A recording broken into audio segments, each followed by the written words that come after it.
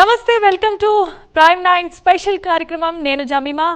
ప్రస్తుతం ఉన్న విద్యానంలో అనేకమైన లొసుగులు ఉండటం, మన విద్యార్థులకు ఉన్నతమైన విద్యార్హతలు ఉన్నప్పటికీ వారు సరైనటువంటి ఉపాధి అవకాశాలు పొందలేకపోతున్నారు.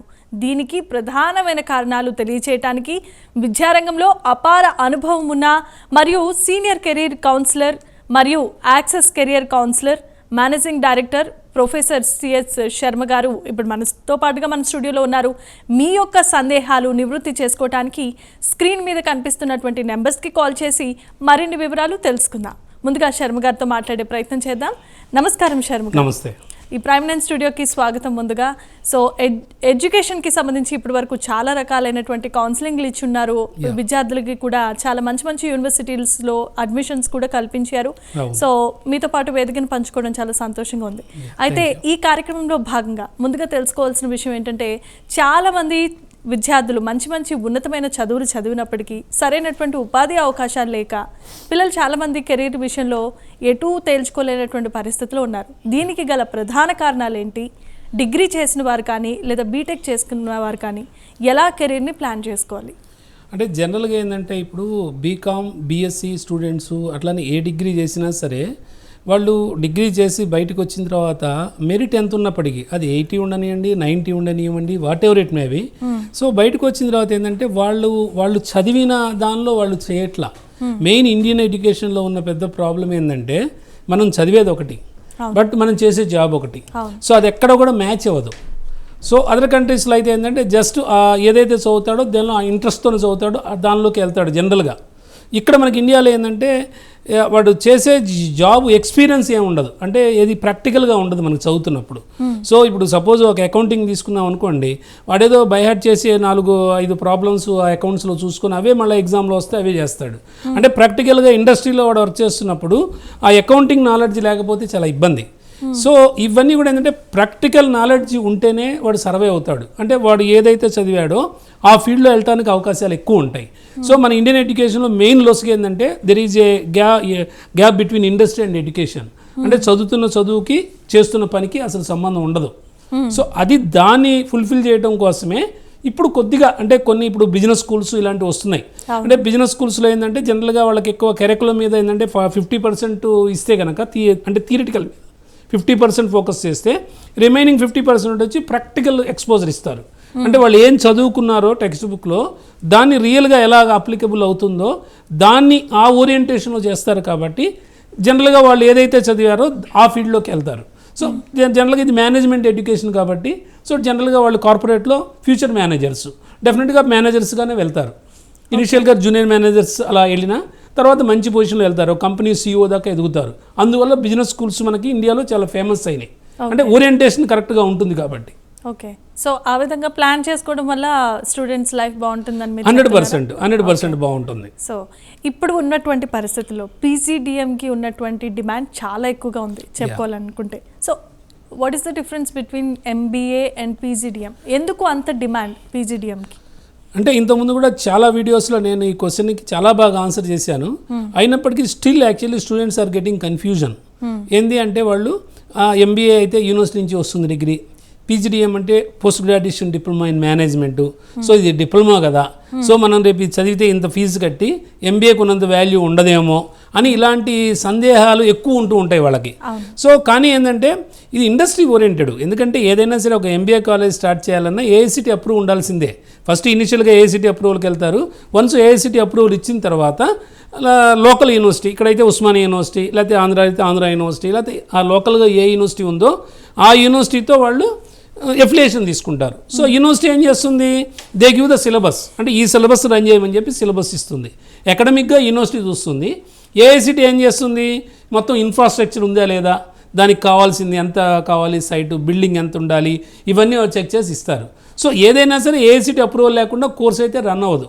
కాకపోతే PGDM-లో ఉన్న అడ్వాంటేజ్ ఏంటంటే ఇక్కడ ఏంటంటే అటానమస్ కోర్స్. ఇది అటానమస్ కోర్స్ అంటే డైరెక్ట్గా వన్స్ AICTE పర్మిషన్ ఇచ్చిన తర్వాత ఇంకా దానికి ఏ యూనివర్సిటీ ఎఫిలియేషన్కి వెళ్ళాల్సిన అవసరం లేదు. అంటే డైరెక్ట్గా కోర్సు రన్ చేసుకోవచ్చు అనమాట వాళ్ళు. సో ఎందుకంటే జనరల్గా పీజీడీఎం కాలేజెస్ అనేవి ఇండస్ట్రియలిస్ట్లే స్టార్ట్ చేస్తారు ఎక్కువగా. సో ఇండస్ట్రీలో వాళ్ళంతా బోర్డ్ ఆఫ్ మెంబర్స్ కానీ మొత్తం కంపెనీ సీఈఓస్ లేకపోతే డైరెక్టర్స్ ఆల్రెడీ వాళ్ళ ఓన్ ఇండస్ట్రీస్ ఉన్న వాళ్ళే ఉంటారు అందులో. సో వాళ్ళకి ఏంటంటే ఇండస్ట్రీకి ఏ కెరికులం కావాలో తెలుసు. అందుకని ఒక్కొక్క బిజినెస్ స్కూల్లో ఒక్కొక్క కెరికులం ఇంప్లిమెంట్ అవుతుంది. అన్ని స్కూల్స్లో ఇప్పుడు ఎంబీఏ మూస పద్ధతిలాగా అదే సిలబస్ ఉండదు. అంటే ఇంకో చిన్న డ్రాబ్యాక్ ఏంటంటే ఇప్పుడు సపోజ్ నేను ఎప్పుడో 26-27 ఇయర్స్ బ్యాక్ చదివాను ఎంబీఏ. సో ఇప్పుడు నేను క్లాస్కి వెళ్ళినా సరే అదే సిలబస్ చెప్తాను. అంటే ఎప్పుడో 28 ఇయర్స్ బ్యాక్ నేను చదివితే ఇప్పుడు వెళ్తే అసలు అప్పుడు మేమేంటి మాకు టీవీ ఉండటమే చాలా ఎక్కువ, అసలు మొబైల్ అనేది లేదు అప్పుడు. సో అసలు ఎలాగా మ్యాచ్ అవుతుంది? ఇప్పుడు అదే మళ్ళీ ఇప్పుడు డిజిటల్ మార్కెటింగ్ సోషల్ మీడియా చాలా పవర్ఫుల్ ఇప్పుడు. సో ఇంతకుముందు ఏంటి మార్కెటింగ్ ఏమైనా చేయాలంటే డెఫినెట్గా వెళ్ళి డోర్ నాక్ చేసి ఆ క్లయింట్తో మాట్లాడితేనే అవుతుంది. కానీ ఇప్పుడు ఎక్కడున్నా సరే మనం గ్లోబలైజేషన్ అయిపోయింది. ఎక్కడున్నా మనం సింపుల్గా గూగుల్ మీట్స్ ద్వారానో లేకపోతే డైరెక్ట్గా మనం వాట్సాప్ కాల్స్ ద్వారానో వీళ్ళతోనే మాట్లాడుతున్నాం. క్లయింట్కి కావాల్సిన ఇన్ఫర్మేషన్ అంతా పంపిస్తున్నాము. ఫైనల్గా ఆ క్లయింట్ ఎవరో తెలియకుండానే జస్ట్ వాడి మొహం దీనిలో చూసి మొబైల్లో క్లోజ్ చేస్తున్నాం. సో ఇంత టెక్నాలజీ డెవలప్ అయితే ఆ సిలబస్ ఎలా మ్యాచ్ అవుతుంది? ఎందుకంటే యూనివర్సిటీస్లో సిలబస్ చేంజ్ చేయాలంటే there are so many issues. ఎందుకంటే అది 10 ఇయర్స్కో 15 ఇయర్స్కో ఎప్పుడో అది అప్డేట్ అవుతూ ఉంటుంది. అప్డేట్ అయినా అంతా అప్డేట్ చేయరు. సో దానివల్ల స్టూడెంట్స్ ఏంటంటే ఎంబీఏ చదివినా సరే వాడికి 90% ఉంటుంది. నేను చాలామంది స్టూడెంట్ దగ్గరికి వస్తుంటారు కౌన్సిలింగ్కి, సార్ నాది ఎంబీఏ అయిపోయింది సార్ ఏం చేయాలని. వాడు ఏదో యూనివర్సిటీలో చదువుతాడు, 18-19% వస్తుంది. సో 80-90% ఉండి అదే కనీసం నీ గురించి చెప్పురా బాబు, say something about yourself అని నేను చెప్తే కనీసం ఆ 2 minutes ఇంగ్లీష్ మాట్లాడలేడు. సో ఎల్కేజీ నుంచి ఇంగ్లీష్ మీడియం. ఇప్పుడు మా రోజుల్లో మేము ఆల్మోస్ట్ డిగ్రీ నుంచే మాది English medium, up to intermediate actually Telugu medium only. So కనీసం వాడు ఎల్కేజీ నుంచి ఇంగ్లీష్ మీడియం చదివి కనీసం వాడి గురించి వాడు 2 ముక్కలు చెప్పుకోలేకపోతే ఎట్లా కంపెనీ ఎట్లా వాడికి జాబ్ ఇస్తుంది? సో కమ్యూనికేషన్ అనేది వైటల్ రోల్ కదా. కంపెనీలో ఒక మేనేజర్గా వెళ్ళేవాడు ఎలా ఉండాలి? ఫుల్ అన్ని యాంగిల్స్లో కమాండింగ్ ఉండాలి. సో వాడి కింద టీం దాదాపు 20-25 మెంబర్స్ ఉంటారు. సో కమాండింగ్ ఉండాలి కమ్యూనికేషన్ పరంగా కానీ, లేకపోతే వాళ్ళని మోటివేట్ చేయడం కానీ, టీంలో ఎవరైనా వర్క్ చేయకపోతే ఎందుకు సరిగా చేయట్లేదు, వాళ్ళకి అసలు నిజంగా వచ్చి వర్క్ చేయట్లేదా లేకపోతే కావాలని చేయట్లేదా అనేది కూడా వీడు తెలుసుకొని దానికి సొల్యూషన్ ఇస్తే కనుక డెఫినెట్గా టీం అంతా బాగా చేస్తుంది. సో అందువల్ల ఏంటంటే ఆ స్కిల్స్ లేకపోవడం వల్ల పర్టికులర్గా ఇండస్ట్రీకి కావాల్సిన రిక్వైర్మెంట్ ఏది ఉందో అది లేకపోవడం వల్ల ప్రజెంట్ స్టూడెంట్స్కి దానివల్ల ప్లేస్మెంట్ రావట్లా. అంటే సిలబస్ ప్రాబ్లం ఒకటి, రెండోది ఏంటంటే వాడు ఏదో బట్టి పట్టేసి అది రాసేస్తే సరిపోతుంది. మన ఎడ్యుకేషన్లో ఏంటి ఒక 3 years 4 years పేపర్స్ మీరు చదువుకున్నారనుకోండి, క్వశ్చన్స్ సెప్టెంబరు మార్చి ఒక 5 పేపర్లు పెట్టుకుంటే అందులో 50% అవే క్వశ్చన్లు ఉంటాయి. వాడికి 80% వచ్చేస్తుంది. రియల్గా వాడు ఏం చదువుతున్నాడు, వాడికి సబ్జెక్ట్ ఏం తెలియదు, బట్ 80%తో బయటకు వస్తున్నాడు. వాడు మనకి 80% అని చెప్పగానే మనం ఎలా ఫీల్ అవుతాం, వీడికని 80-90 ఉన్నాయి సూపర్ అనుకుంటాం. బట్ వన్స్ మనం ఏదైనా అడిగితే he cannot open the mouth. So industry అట్లా ఉండదు కదా. ఇండస్ట్రీలో ఎక్కడికైనా గ్రూప్ డిస్కషన్ ఒకటి ఉంటుంది ఫస్ట్ ఎంట్రీ లెవెల్లోనే.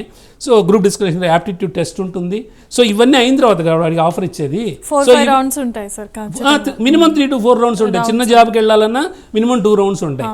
సో దానికి వెళ్ళలేక వాడికి ఏంటి భయం ముందు ఫస్ట్ ఎక్కడైనా ఇంటర్వ్యూ ఫేస్ చేయాలంటే, సార్ కనీసం బిజినెస్ స్కూల్లో ఒక ఇంటర్వ్యూ చేయరా బాబు అన్న, సార్ ఇంటర్వ్యూ లేకుండా ఏదైనా మేనేజ్ చేయండి సార్ అంటాడు ముందే.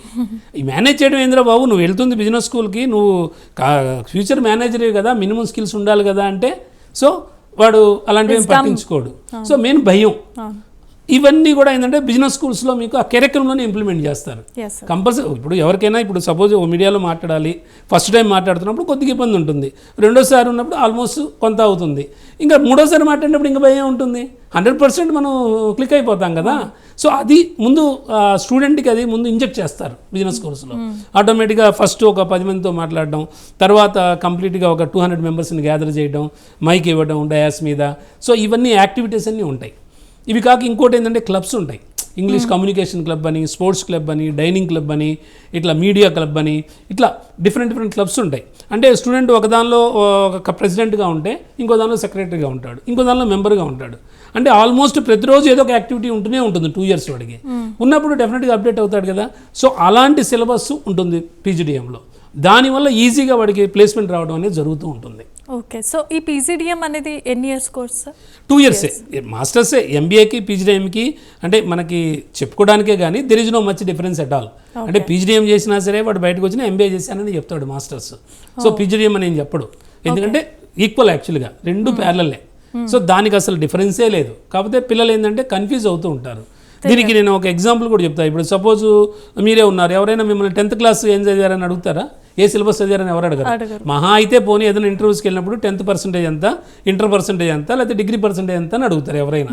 అంతేగా నువ్వు ఏ బోర్డు చదివావు, సిబిఎస్ఈ చదివావా, ఐసిఎస్సి చదివావా, లేకపోతే స్టేట్ బోర్డు చదివావా అని అసలు అనవసరం కదా అది. ఇది అంతే, ఇది సెంట్రల్ సిలబస్ లాంటిది, ఏఐసిటి అప్రూవ్డ్ కాబట్టి ఇది సిబిఎస్ఈ లాంటిది అనమాట, సెంట్రల్ బోర్డు. ఎంబీఏ అనేది లోకల్ యూనివర్సిటీ కాబట్టి స్టేట్ బోర్డు లాంటిది. సో అంతకన్నా పెద్ద డిఫరెన్స్ ఏమీ లేదు దానికి. ఓకే.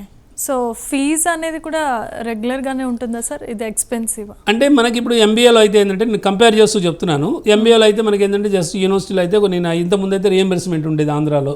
సో ఇక్కడ కూడా ఇప్పుడు రియంబర్స్మెంట్ ఉన్నట్టుంది. సో ఇక్కడైతే ఏంటంటే 28,000 30,000 ఉంటుంది ఎంబీఏ. నిజంగా 28,000-30,000 తీసుకుంటే వాళ్ళు ఎలాగిస్తారు ఫెసిలిటీస్ స్టూడెంట్కి? ఎందుకంటే ఇదంతా ఇండస్ట్రీ ఓరియంటెడ్ కోర్స్ అంతా. సో ఒక ఎక్స్పర్ట్ రావాలంటే గంటకి 3,000-4,000 ఛార్జ్ చేస్తారు. ఒక టీసీఎస్ నుంచో ఇన్ఫోసిస్ నుంచో ఒక సీనియర్ హెచ్ఆర్ రావాలంటే ఆ హెచ్ఆర్ క్లాసులు కొన్ని చెప్పాలి అంటే డెఫినెట్గా వాళ్ళు మినిమం 2,000-3,000 తీసుకుంటారు. సో వీళ్ళు కట్టే 28,000కి 30,000కో ఎలాగా వాళ్ళు ఇవ్వగలుగుతారు? సో వాళ్ళు ఏదో మమ అనిపిస్తారు, ఏదో జస్ట్ ఒక అప్పుడే ఎంబీఏ అయిపోయిన వాడు వస్తాడు, యాజ్ పర్ నామ్ సర్టిఫికేట్ ఉండాలి కాబట్టి వాళ్ళని ఫ్యాకల్టీగా పెడతారు. సో ఆటోమేటిక్గా ఎంబీఏ అయిపోతుంది, వాడికి 80% వస్తుంది. బట్ సర్టిఫికేట్ తప్ప ఇంకెందుకు పనికిరాదు అది. సో పీజీ టైంలో అట్లా ఉండదు. పీజీ టైంలో ఏంటంటే వాడి క్వాలిఫికేషన్ కన్నా కూడా జస్ట్ వాడికి ఎంబీఏ ఉన్న చాలు, పిహెచ్డీ అలాంటివి ఏం అవసరం లేదు. జస్ట్ ఎంబీఏ ఉండి ఇండస్ట్రీలో 15 years 20 years వర్క్ చేసి ఉంటే వాడు ఫ్యాకల్టీగా వస్తాడు. ఇక్కడ వాడికంటే టీచింగ్ అనేది ప్యాషన్ ఉంటుంది కొంతమందికి. ఇప్పుడు బ్యాంక్స్లో డీజీఎంలు ఇలా అంటారు, వాళ్ళు 15 years తర్వాత వీఆర్ఎస్ తీసుకొని బయటకు వస్తారు. వాళ్ళు ఏంటంటే టీచింగ్లో కొంత ప్యాషన్ ఉంటుంది, టీచింగ్లో ఉండాలనుకుంటారు వాళ్ళు, స్టూడెంట్స్తో కాస్త అట్లా యాక్టివ్గా ఉండాలని. సో వాళ్ళు వస్తారు ఇందులో ఫ్యాకల్టీగా వచ్చినప్పుడు ఎలా అవుతుందంటే వాళ్ళకి రియల్ ఎక్స్పీరియన్స్ ఉంటుంది. అంటే బ్యాంకింగ్లో వాళ్ళు ఎలాంటి ప్రాబ్లమ్స్ ఫేస్ చేశారు, ఆ ప్రాబ్లమ్స్ అన్నీ కూడా స్టూడెంట్తో పంచుకుంటారు కాబట్టి రేపు వీళ్ళు బ్యాంకింగ్ సెక్టార్కి వెళ్ళినప్పుడు ఎలాంటి ప్రాబ్లం అయినా సాల్వ్ చేయగలుగుతాడు. సో ఇలాంటి అంతా కూడా అంటే ఫ్యాకల్టీ అంతా కూడా ఇండస్ట్రీ నుంచి వస్తుంది కాబట్టి ఇక్కడ ప్లేస్మెంట్ అనేది ఈజీ అవుతుంది. అక్కడ ఓన్లీ అకాడమిక్ ఓరియంటెడే, వాడికి ఎంబీఏ ఉంటే చాలు వాడి ఫ్యాకల్టీనే. అక్కడ శాలరీస్ ఎంత ఉంటాయి, ఇక్కడ ల్యాక్స్లో ఉంటాయి బిజినెస్ స్కూల్స్లో శాలరీస్. ఎందుకంటే వాళ్ళ మంచి నిష్ఠాతులు రావాలంటే మరి ఊరికినే రారు కదా. సో ఆల్మోస్ట్ వాడికి ఇండస్ట్రీలో అంత ఎక్స్పీరియన్స్ ఉండి అక్కడ 2 lakhs 3 lakhs పర్ మంత్ తీసుకుంటున్నప్పుడు ఊరికినే రారు కదా ఇక్కడ. సో అదే లెవెల్ అంతకన్నా ఎక్కువ ఉంటేనే వస్తారు. సో అందుకని చెప్పి బిజినెస్ స్కూల్స్ బాగా ఫేమస్ అయినాయి. అంటే ప్లేస్మెంట్ బాగుంటుంది. ఇవన్నిటితో కాకుండా మళ్ళీ కొన్ని కంపెనీస్తో ఎంఓఈస్ ఉంటాయి. ఆ ఎంఓఈస్ ఉండటం వల్ల ఏంటంటే ఆల్మోస్ట్ కంపెనీ 150 కంపెనీస్ విజిట్ చేయడం ప్లేస్మెంట్స్ కోసం, ఒక్కొక్కరికి 2-3 ఆఫర్లు రావడం, ఇలాంటివన్నీ కూడా జరుగుతుంటాయి. ఇంకొకటి ఏంటంటే మెయిన్ దీనిలో అడ్వాంటేజ్ సర్టిఫికేషన్స్ ఉంటాయి. సర్టిఫికేషన్స్ అంటే ఇప్పుడు జనరల్గా మనము ఇప్పుడు సపోజ్ ఒక రెజ్యూమ్ మనం పుష్ చేస్తామండి ఎవరిదైనా. జనరల్గా ఎంబీఏ స్టూడెంటే ఉన్నాడు, ఒక రెజ్యూమ్ పంపిస్తే ఎన్ని పేజీలు వస్తుంది ఫ్రెషర్ది? ఒక 2 pages వస్తుంది. ఫస్ట్ పేజ్లోనేమో just you can give the his biodata, వాడు ఎక్కడ ఏంటి మొత్తం ఉంటాయి అందులో. సెకండ్ పేజ్లో వచ్చేసి ఏదైనా ఇంటర్న్షిప్ ఒకటి చేస్తే ఆ ఇంటర్న్షిప్ గురించి ఎక్కడ చేశాడు, ఏం చేస్తాడు, అది ఊరికే పేపర్ మీద అంతే 2 pages ఉంటుంది. సపోజ్ సర్టిఫికేషన్స్ వాడికి ఉంటే, సపోజ్ మేనేజ్మెంట్లో ఏదైనా బిజినెస్ అనలిటిక్స్లో కానీ, హెచ్ఆర్లో కానీ, లేకపోతే ఫైనాన్షియల్ సెక్టార్లో కానీ, శాప్ ఇలాంటివి ఏమైనా మంచి సర్టిఫికేషన్స్ ఉన్నాయనుకోండి, దాదాపు కొన్ని బిజినెస్ స్కూల్స్లో అయితే మోర్ దాన్ 25 సర్టిఫికేషన్స్ కూడా ఇస్తారు. కొన్నిట్లో మినిమం ఇప్పుడు 8 to 10 సర్టిఫికేషన్స్ కామనే. అంటే ఒక 10 సర్టిఫికేషన్స్ కనుక మీకు రెజ్యూమ్లో పెడితే రెజ్యూమ్ ఎన్ని పేజెస్ వస్తుంది? It will come minimum 4 pages కదా, 4 to 5 pages వస్తుంది. ఎందుకంటే ఏ సర్టిఫికేషన్ చేశాడు, ఏ కంపెనీతో చేశాడు, ఏంటి దాని ఇంపార్టెన్స్ అనేది మెన్షన్ చేయాలి కదా అక్కడ.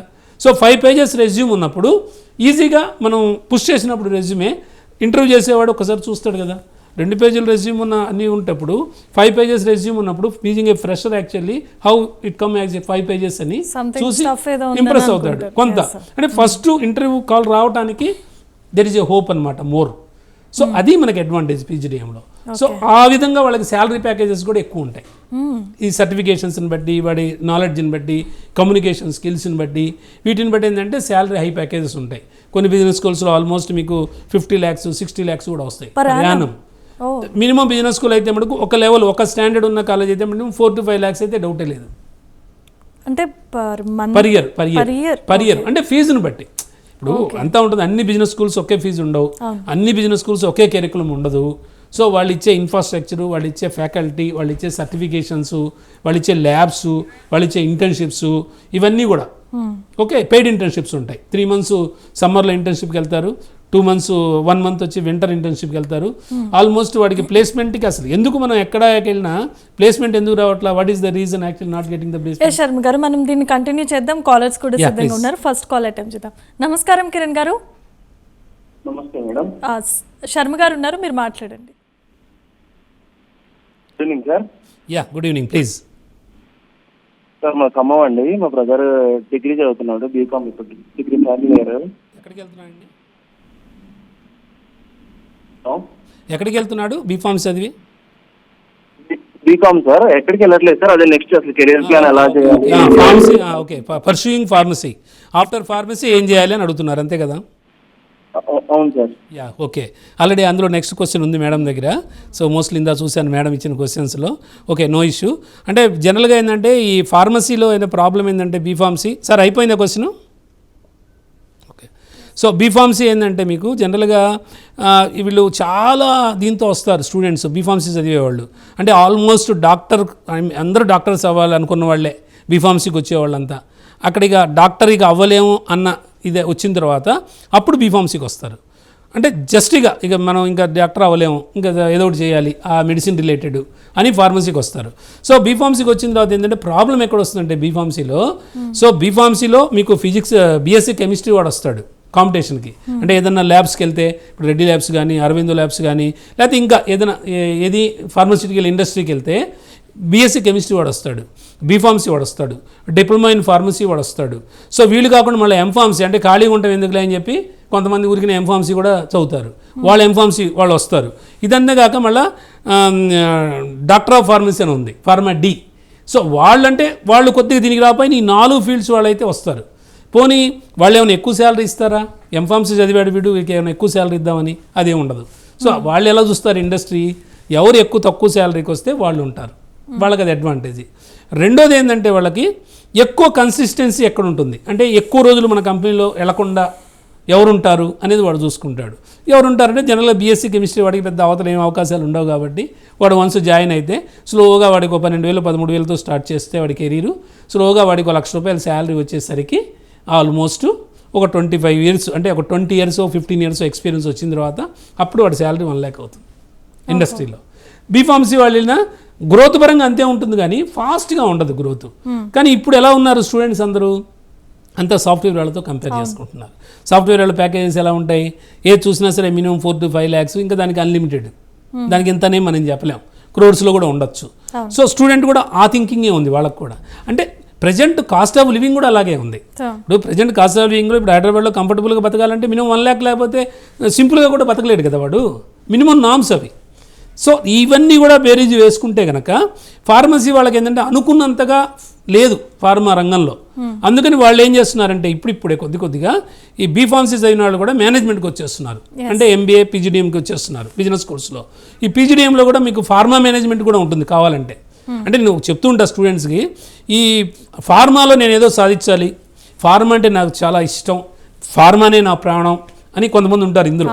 అలాంటి వాళ్ళకి ఇంకా తప్పదు, ఇంకా వాళ్ళు ఆ ఫీల్డ్ వదిలి బయటికి రాను అంటే వాళ్ళకి ఫార్మా మేనేజ్మెంట్ అని ఒక కోర్స్ ఉంటుంది పీజీడీఎంలోనే. అంటే ఎంబీఏనే పీజీడీఎంలో సేమ్ ఎంబీఏ రిలేటెడే. సో ఆ ఫార్మా మేనేజ్మెంట్ కనుక వాళ్ళు చేస్తే మేనేజ్మెంట్ సెక్టార్లో ఫార్మస్యూటికల్ రంగంలో వెళ్తారు. సార్ నా ఉద్దేశం అయితే నేనేం చెప్తానంటే, సార్ అడిగారు కాబట్టి దానికన్నా కూడా జనరల్ మేనేజ్మెంట్కి వస్తే ఆపర్చునిటీస్ అన్నీ వైడ్ అవుతాయి కదా, వైడన్ అవుతాయి కదా. నువ్వు ఓన్లీ ఎందుకు ఆల్రెడీ చదివావు కదా, నువ్వు ఫార్మా 4 years ఫార్మా చదివావు, నీకు ఏదైనా రెడ్డిలో కానీ అరవిందోలో కానీ లేదా ఇంకో దానిలో కానీ ఆపర్చునిటీ వస్తే they give first priority to you only. Why? Because you have core knowledge, అంటే 4 years ఫార్మా నాలెడ్జ్ ఉంది నీ దగ్గర. సో డెఫినెట్గా నిన్నే తీసుకుంటారు. సో అందుకని చెప్పి నేను ఏంటంటే జనరల్ మేనేజ్మెంట్కి వస్తే ఫార్మాకి ఎలిజిబిలిటీ వస్తుంది. ఏ రంగంలో అయినా సరే మేనేజ్మెంట్ అనేది మ్యానుఫ్యాక్చరింగ్ సెక్టార్లో వెళ్ళొచ్చు, ఐటీ సెక్టార్లో వెళ్ళొచ్చు, సర్వీస్ సెక్టార్లో వెళ్ళొచ్చు, ఎక్కడైనా అవకాశాలు ఉంటాయి. కాబట్టి ఈజీగా వాడి కెరీర్ ఒక 6 lakhs 7 lakhsతో స్టార్ట్ చేస్తే విత్ ఇన్ 3 yearsలో మినిమం ఎంత లేదన్నా ఒక 10 to 12 lakhsకి వెళ్ళిపోతాడు ఈజీగా. మరో కాలర్ కూడా సిద్ధంగా ఉన్నారు, ప్రసాద్ గారు వైజాగ్ నుండి. నమస్కారం ప్రసాద్ గారు.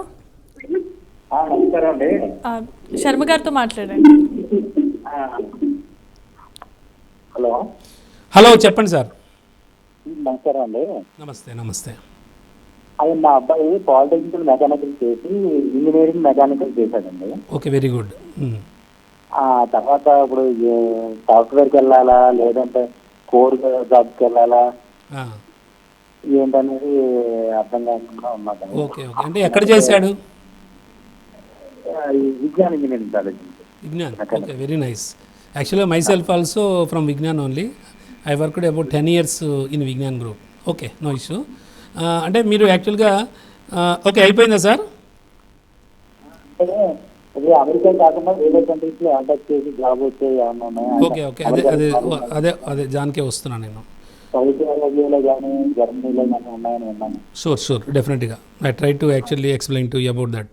ఓకే, అంటే మీకు ఏంటంటే మెకానికల్ జనరల్గా పాలిటెక్నిక్ స్టూడెంట్స్ ఏంటంటే పాలిటెక్నిక్ అయిన తర్వాత మెకానికల్కి వచ్చారు. సో వాడికి ఏంటంటే కంప్లీట్ కోర్ నాలెడ్జ్ బాగా ఉంటుంది. అంటే పాలిటెక్నిక్ నుంచి వచ్చిన వాళ్ళకి ఏంటంటే నాలెడ్జ్ అద్భుతంగా ఉంటుంది, అందులో డౌట్ లేదు. సో వాళ్ళకున్న ప్రాబ్లం ఏంటంటే మెయిన్ కమ్యూనికేషన్ స్కిల్స్. మెయిన్ మళ్ళీ అక్కడికే వచ్చాం. ఎక్కడికి వచ్చామంటే మళ్ళీ మొదటికే వచ్చాం. ఏంటంటే పాలిటెక్నిక్ చదివిన వాళ్ళకి ఎందుకంటే అంత కమ్యూనికేషన్ స్కిల్స్ ఎక్స్ట్రాడినరీగా ఉండవు. ఎందుకు ఉండవంటే దెర్ ఈజ్ ఎ రీజన్. ఎందుకంటే కొద్దిగా రూరల్ ఎన్విరాన్మెంట్లో ఉంటాయి. జనరల్గా పాలిటెక్నిక్ వచ్చే వాళ్ళంతా కూడా రూరల్ బెడ్ నుంచి వస్తారు. సో వాళ్ళకి అంత పెద్ద నాలెడ్జ్ ఉండదు. అంటే సబ్జెక్ట్లో ఉంటుంది. సపోజ్ ఇప్పుడు అతను తీసుకుంటే పాలిటెక్నిక్ అద్భుతంగా మంచి మెకానికల్ కోర్ నాలెడ్జ్ ఉంటుంది. కానీ ఎక్కడన్నా గ్రూప్ డిస్కషన్కి వెళ్ళాలన్నా లేదా ఏదైనా నలుగురిలో మాట్లాడాలన్నా అలాంటి స్కిల్స్ ఉండవు. సో ఆ స్కిల్స్ ఉంటే కనుక డెఫినెట్గా జాబ్ వచ్చేస్తుంది అతనికి. సో ఈజీగా వస్తుంది. లేదు అంటే అతను ఒకవేళ సాఫ్ట్వేర్ రంగానికి వెళ్ళాలి అంటే మెకానికల్ రిలేటెడ్ ఏమున్నాయో చూసుకొని సాఫ్ట్వేర్స్ సో ఈజీగా నేర్చుకోగలిగినవి ఉంటే, ప్రస్తుతం బిజినెస్ అనలిటిక్స్ బాగుంది. బిజినెస్ అనలిటిక్స్ అందరూ వెళ్తున్నారు దానికి. అంటే సాఫ్ట్వేర్ కంప్యూటర్ సైన్స్ వాళ్ళు వెళ్తున్నారు, మెకానికల్ వాళ్ళు వెళ్తున్నారు, ఈసీఈ వాళ్ళు వెళ్తున్నారు, even BSc computer science BBA వాళ్ళు కూడా వెళ్తున్నారు. సో అందులో ఎందుకంటే మనకి హడూప్ ఒకటి, పైథాన్ ఒకటి, ఇంకా ఆర్ ఒకటి, ఎస్ఏఎస్ ఇలాంటి ట్యాబ్లు ఇలాంటి సాఫ్ట్వేర్సే ఉంటాయి. సో అవన్నీ కూడా అనలిటికల్ సాఫ్ట్వేర్స్ కాబట్టి అంత విపరీతమైన ప్రోగ్రామింగ్ రాయాల్సిన అవసరం ఉండదు. అంటే ఇప్పుడు అదే జావాలో వీటిలో అయితే ఎక్కువ ప్రోగ్రామింగ్ మనం రాస్తే కనుక అవుట్పుట్ తక్కువ వస్తుంది. దీనిలో అట్లా కాదు. ఇది అంతా కూడా జస్ట్ బిల్టిన్ లాగా ఉంటుంది ఇది సాఫ్ట్వేరు. సో మనం ఏంటంటే జస్ట్ ఒక కమాండ్ ఇస్తే ఆటోమేటిక్గా మొత్తం మనకి అనాలిసిస్ అంతా వచ్చేస్తుంది స్క్రీన్ మీద. సో ఇప్పుడు దేనిలో అయినా మనకి సర్వీస్ సెక్టార్లో కానీ అట్లానే ఐటీ రంగంలో కానీ ఇండస్ట్రీలో కానీ ఎక్కడైనా సరే అనలిటిక్స్ చాలా బాగుంది, అద్భుతంగా ఉంది. అంటే మ్యాక్సిమం స్టూడెంట్స్ అంతా కూడా ఇప్పుడు బిజినెస్ అనలిటిక్స్ తీసుకుంటున్నారు. మీ బాబుకున్న ఆప్షన్ ఏంటంటే ఐటీకి వెళ్ళాలంటే బిజినెస్ అనలిటిక్స్ బెటర్ అతనికి. లేదు మేనేజ్మెంట్ రంగానికి రావాలంటే ఎక్కువ మెకానికల్ స్టూడెంట్స్ దేనికి వస్తారంటే operations, logistics, supply chain management ఇలాంటి వాటికి వస్తే టాప్ ప్రయారిటీ ఉంటుంది రేపు ప్లేస్మెంట్స్లో. మూడోది ఏంటంటే లేదు ఆల్రెడీ మెకానికల్ చదివాడు, ఇంకా మేము చదవలేము, ఇన్వెస్ట్మెంట్ చేయలేము, వాడికి ఆల్రెడీ ఈ want to go for any job అని మీరు అనుకుంటే ఇంకా మెకానికల్లోనే కాబట్టి వాడికి ఎక్కడ డ్రాబ్యాక్ ఉంది. నేను అనుకోవటం అయితే కమ్యూనికేషన్ స్కిల్స్ కొద్ది తక్కువగా ఉండొచ్చు పాలిటెక్నిక్ నుంచి వచ్చాడు కాబట్టి. సో అది ఒకవేళ ల్యాగింగ్ ఉంటే ఫస్ట్ కమ్యూనికేషన్ స్కిల్స్లో అప్డేట్ అయిన తర్వాత కొద్దిగా ఇంటర్వ్యూస్కి వెళ్తే డెఫినెట్గా ఈ కెన్ గెట్ ద ఆపర్చునిటీ. కాకపోతే ఒకటి ఏంటంటే స్టేబుల్గా ఉంటుంది జాబు మెకానికల్లో. బట్ నేను చెప్పినట్టే కెరీర్ అనేది తక్కువ శాలరీతో స్టార్ట్ అవుతుంది. అది 1 lakh శాలరీ రావాలంటే it will take time. 8 years 9 years పడుతుంది. We should have that much of patience. So మరో కాలర్ కూడా సిద్ధంగా ఉన్నారు. నగేష్ గారు విజయవాడ నుండి. నమస్కారం నగేష్ గారు. నమస్తే మేడం. మాట్లాడండి. శర్మ గారు ఉన్నారు, మాట్లాడండి. నమస్తే సార్. నమస్తే చెప్పండి సార్. సార్ నేను బీటెక్ ఈసీ సార్. ఓకే, నేను ఆల్రెడీ ఎలక్ట్రానిక్స్ సైడ్ చేస్తున్నాను. ఎలక్ట్రానిక్స్ 5-6 years ఎక్స్పీరియన్స్ ఉంది. ఓ వెరీ నేను nice. IT side career change చేసుకోవాలనుకుంటున్నాను. అంటే మీది బీటెక్ ఏంటి? ఎలక్ట్రానిక్సా? బీటెక్ ఈసీ అండి, electronics. EC, very nice. Okay okay okay. నేను ఇప్పుడు ఐటీ సెక్టర్ ఇప్పుడు ఆల్రెడీ క్లౌడ్ సర్వీసెస్ చేంజ్ చేయాలనుకున్నాను. ఆల్రెడీ కోచింగ్ ఎందుకు క్విట్ అవ్వాలనుకుంటున్నారు? What is the reason actually? Sir according to the latest technologies మనం కెరీర్ కూడా చేంజ్ చేసుకోవాలి కదా. ఓకే, అంటే మీకు ఆల్రెడీ 5 years ఎక్స్పీరియన్స్ వచ్చింది కదా ఎలక్ట్రానిక్స్లో. దీన్ని వదిలేసుకొని మరి మళ్ళీ దీని కొత్త రంగానికి రావడానికి ఏంది ప్రధాన కారణం? అంటే ఐటీ సైడ్ ఇప్పుడు అంతా ఏఐ, మెషిన్ లెర్నింగ్ అంతా ఈ సైడ్ వెళ్తున్నప్పుడు మనం కెరీర్ చేంజ్ చేసుకోవాలని అనుకోవడం. Okay, that's true. Okay okay, ఇంకంతేనా చెప్పచ్చా నేను? అదే సార్, నేను చేంజ్ అవ్వాలనుకుంటున్నాను. నాకు ఎలాంటి ఇష్యూస్? మీ ఏజ్ ఎంత ఉంటుంది? నాకు సార్ నియర్ 30. ఎంత? 30 సార్. Okay, good. ఓకే, అంటే ఏంటంటే మీకు యాక్చువల్గా 30 years అంటే ఒక ఏజ్ కూడా ఒకటి మనం ఒకసారి చెక్ చేసుకోవాలి, అందుకని అడిగాను. ఎందుకంటే మీకు ఎలక్ట్రానిక్స్లో 5 years ఎక్స్పీరియన్స్ ఉంది. సో కాకపోతే ఒకటి మీకున్న ప్లస్ ఏంటంటే ఎలక్ట్రానిక్స్లో దానిలోనే ఉన్నారు కాబట్టి మీరు ఈజీగా సాఫ్ట్వేర్కి మూవ్ అవ్వచ్చు. అది పెద్ద క్వశ్చన్ కాదు. ఎందుకంటే you have good actually mathematics background. అంటే ఎలక్ట్రానిక్స్ అంటే ఆల్మోస్ట్ ఈసీ వాళ్ళు కంప్యూటర్ సైన్స్ తర్వాత మ్యాక్సిమం ఏ క్యాంపస్ సెలక్షన్స్లో అయినా నెక్స్ట్ ఈసీ వాళ్ళే ఉంటారు. అది మీకు ఫెచ్చింగ్ అవుతుంది. కాకపోతే మీరేంటంటే ఇప్పుడు దానికి రిలేటెడ్ ఏం చదవాలనుకునేది చూసుకోండి ఒక్కసారి. ఏంటంటే మీకు ఏది బాగుంటుంది అంటే ప్రోగ్రామింగ్ అందరికీ ఇంట్రెస్ట్ ఉండదు. జనరల్గా ఈసీ వాళ్ళకి ఏంటంటే కంప్యూటర్ సైన్స్ వాళ్ళకు ఉన్నంత ఇంట్రెస్ట్ ఉండదు ఈ ప్రోగ్రామింగ్ రాయడంలో. సో అది మీకు అది ఎంత మటుకు ఇంట్రెస్ట్ ఉంది. ఒకవేళ అది మీకు తెలియకపోతే ఇప్పుడు బిజినెస్ స్కూల్స్లో అన్ని బిజినెస్ స్కూల్స్ కూడా యాక్సెప్ట్ చేయవు 30 years అంటే. కొన్ని బిజినెస్ స్కూల్స్ ఏమైనా యాక్సెప్ట్ చేస్తాయేమో చూద్దాం అది. ఒకవేళ మీరు మేనేజ్మెంట్ రంగానికి వెళ్తే బిజినెస్ అనలిటిక్స్ ఉంటుంది అందులో, MBA బిజినెస్ అనలిటిక్స్. ఆ బిజినెస్ అనలిటిక్స్లో కూడా మీరు వెళ్ళేది సాఫ్ట్వేర్కే వెళ్తారు. కాకపోతే మీకు నేను ఎందుకు అది సజెస్ట్ చేస్తున్నానంటే ఆల్రెడీ మీకు కొంత ఎలక్ట్రానిక్ రంగంలో వర్క్ ఎక్స్పీరియన్స్ ఉంది కాబట్టి మీరు నెక్స్ట్ వెళ్ళేది మేనేజర్ పొజిషన్కి వెళ్తారు కాబట్టి అనలిటిక్స్ ఆల్రెడీ కొంత మీకు నాలెడ్జ్ వస్తుంది కాబట్టి సో డెఫినెట్గా మీకు అంత ప్రోగ్రామింగ్స్ కంటిన్యూగా రాయాల్సిన పని ఉండదు సాఫ్ట్వేర్లో లాగా. మీరు వెళ్ళేది IT ఇండస్ట్రీకి వెళ్తారు, సో మేనేజర్ లెవెల్లో వెళ్తారు. సో డెఫినెట్గా అంటే ఒక 2-3 years కొద్దిగా స్ట్రగుల్ అవ్వాల్సి వస్తుంది.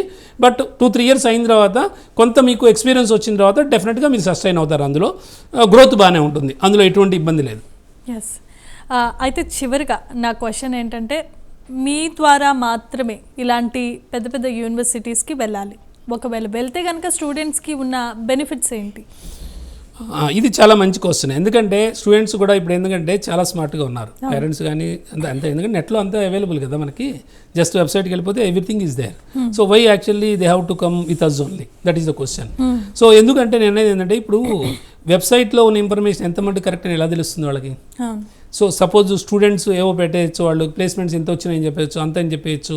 సో ఎంత మటుకు అని అంటే ఓకే అన్ని ఇన్స్టిట్యూట్స్ నేను అంటలేదు, ఏమైనా కొన్నైనా సరే. సో అది ఒకటి వాళ్ళు చెక్ చేసుకోవాలి కదా పర్సనల్గా. రెండోది వాళ్ళకి ఏదో తెలిసిన 1-2 ఇన్స్టిట్యూట్స్ ఉంటాయి, వాడి ఫ్రెండ్ చదివిందో లేదా వాడి ఇంటి పక్కన చదివిందో ఏదో ఒక ఇన్స్టిట్యూట్ ఉంటుంది. సో మా దగ్గరికి వస్తే అట్లా కాదు కదా, కొన్ని 100 ఇన్స్టిట్యూట్స్ ఉంటాయి. సో వాడికి ఉన్న సపోజ్ ఇప్పుడు సార్ అడిగారు ఈసీఈ ఎలక్ట్రానిక్స్ ఏందని. సో ఎలక్ట్రానిక్స్ చదివిన వాడికి బిజినెస్ అనలిటిక్స్ ఎక్కడ బాగుంటుందో మనం చెప్పగలుగుతాం. లేదు మార్కెటింగ్ అడుగుతున్నాడు అనుకోండి, మార్కెటింగ్ పర్టికులర్ ఏబీ స్కూల్లో బాగుంటుందో మనం చెప్పగలుగుతాం. లేదు హెచ్ఆర్ అనుకోండి, హెచ్ఆర్ ఎక్కడ బాగుంటుంది. లేదా ఆపరేషన్స్, లాజిస్టిక్స్, సప్లై చైన్ ఇవన్నీ ఉంటాయి అందులో.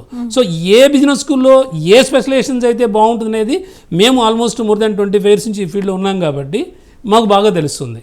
సో జనరల్గా దానివల్ల ఏంటంటే వాడికి కొంత నాలెడ్జ్ ఎక్కువ ఇవ్వగలుగుతాం మనం. దట్టు ఒక్క బిజినెస్ స్కూలే అని మనం అంటలేదు కదా, ఓన్లీ ఒక బిజినెస్ స్కూల్కి వెళ్ళరా బాబు దానికి అప్లై చేసి దానికి వెళ్ళి అని మనం అంటలేదు కదా. We are giving multiple options to him.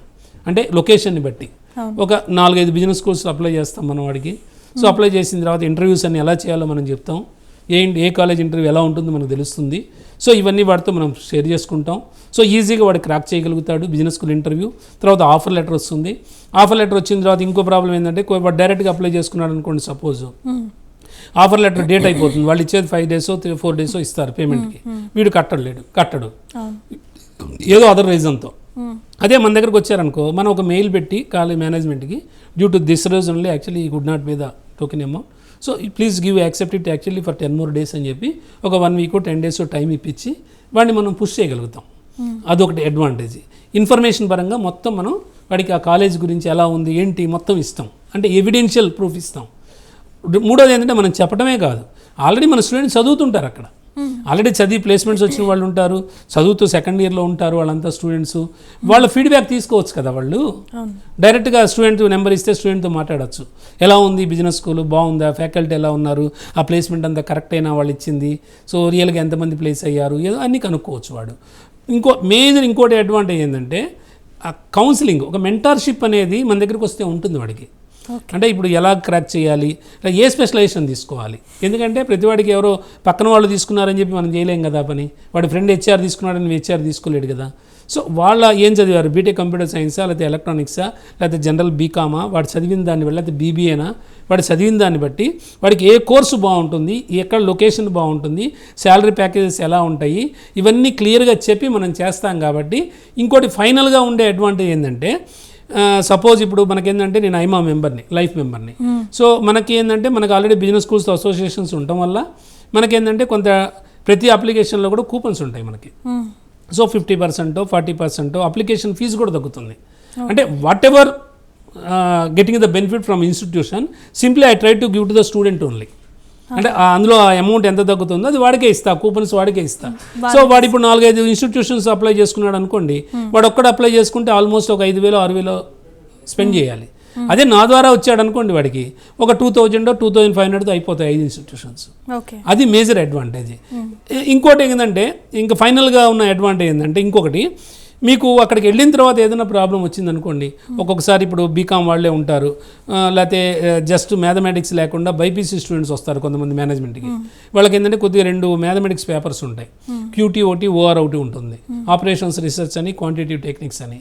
So ఇలాంటి పేపర్స్ ఏంటంటే కొద్దిగా వాళ్ళకి భయాందోళనలకు లోన్ అవుతారు ఫస్ట్లో వెళ్ళంగానే, అర్థం కాకపోతే ఫార్ములాస్ అవి.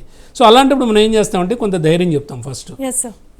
రెండోది ఏంటంటే ఆ ఫ్యాకల్టీతో మాట్లాడి sir is not able to follow the thing actually, please take care, more care అని చెప్పి సజెస్ట్ చేయగలుగుతాం. Yes sir. సో చాలా చాలా ధన్యవాదాలు శర్మ గారు. ఇప్పటి వరకు విద్యార్థులతో చాలా మందితో మాట్లాడారు. అట్ ద సేమ్ టైం మాకున్న సందేహాలను కూడా నివృత్తి చేసినందుకు ప్రత్యేక ధన్యవాదాలు తెలియజేసుకుంటూ ఉన్నాం.